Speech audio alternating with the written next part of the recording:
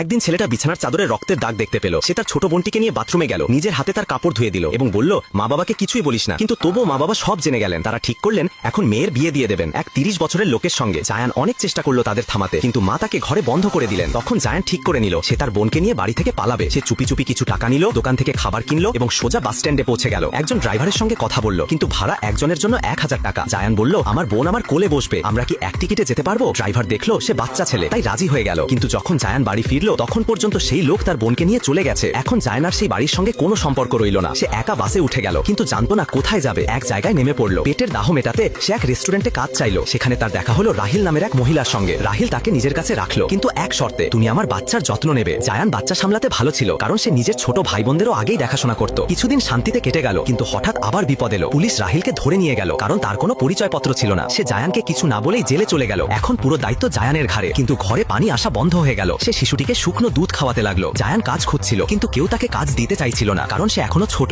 বাধ্য হয়ে সে ঘরের জিনিসপত্র বিক্রি করতে শুরু করলো। কিন্তু একদিন ফিরে এসে দেখে দরজায় তালা ঝুলছে। আবার সে নিঃস্ব হয়ে গেল। কেউ তাকে বলল সুইডেনে গেলে সবার খাবারের ব্যবস্থা আছে। তখন সে ঠিক করলো সেখানেই যাবে, কিন্তু বস বলল আগে নিজের পরিচয়ের প্রমাণ দাও। জায়ান শিশুটিকে বসের কাছে রেখে ঘরে গেল, কিন্তু সেখানে বাবা বলল বাড়িতে শুধু হাসপাতালের বিল আর উচ্ছেদের নোটিশ আছে, কোনো আইডি নেই। তারপর বাবা তাকে জোরে ঠেলে দিলেন। তখন জায়ানের চোখ পড়লো একটা হাসপাতালের বিলে। সে জিজ্ঞেস করলো কে হাসপাতালে গিয়েছিল, কিন্তু কেউ উত্তর দিল না। সে বারবার বলল মা বলো না কে গিয়েছিল। মা চুপ করে রইলেন। জায়ানের মনে সন্দেহ জাগলো, নিশ্চয়ই বোনের সঙ্গে কিছু একটা হয়েছে। সে জিজ্ঞেস করলো বোন কেমন আছে। বাবা নির্লজ্জ ভঙ্গিতে বললেন সে আর বেঁচে নেই। জায়ান একদম রেগে আগুন হয়ে গেল। সোজা রান্নাঘরে গিয়ে ছুরি তুলে নিল এবং বাইরে দৌড়ে গেল। সে সেই লোকটিকে খুঁজে বের করলো এবং বোনের প্রতিশোধ নিল। এরপর জায়ানকে জেলে পাঠানো হলো। একদিন মা দেখা করতে এলেন, সঙ্গে কিছু খাবারও নিয়ে। মা বললেন আমিও খুব দুঃখিত তার মৃত্যুর জন্য, কিন্তু এখন যে মেয়ে আমার পেটে আছে তার নাম রাখবো সাদ্য। জায়ানের ধৈর্য ভেঙে গেল। সে সব খাবার ডাস্টবিনে ফেলে দিল। এরপর সে নিজের মা বাবার বিরুদ্ধে মামলা করলো। আদালতে সে বিচারককে বলল দয়া করে ওদের আরো সন্তান জন্ম দিতে নিষেধ করুন। শেষ পর্যন্ত আদালত ঘোষণা দিল তার মা বাবাই সন্তানদের ধ্বংসের জন্য দায়ী।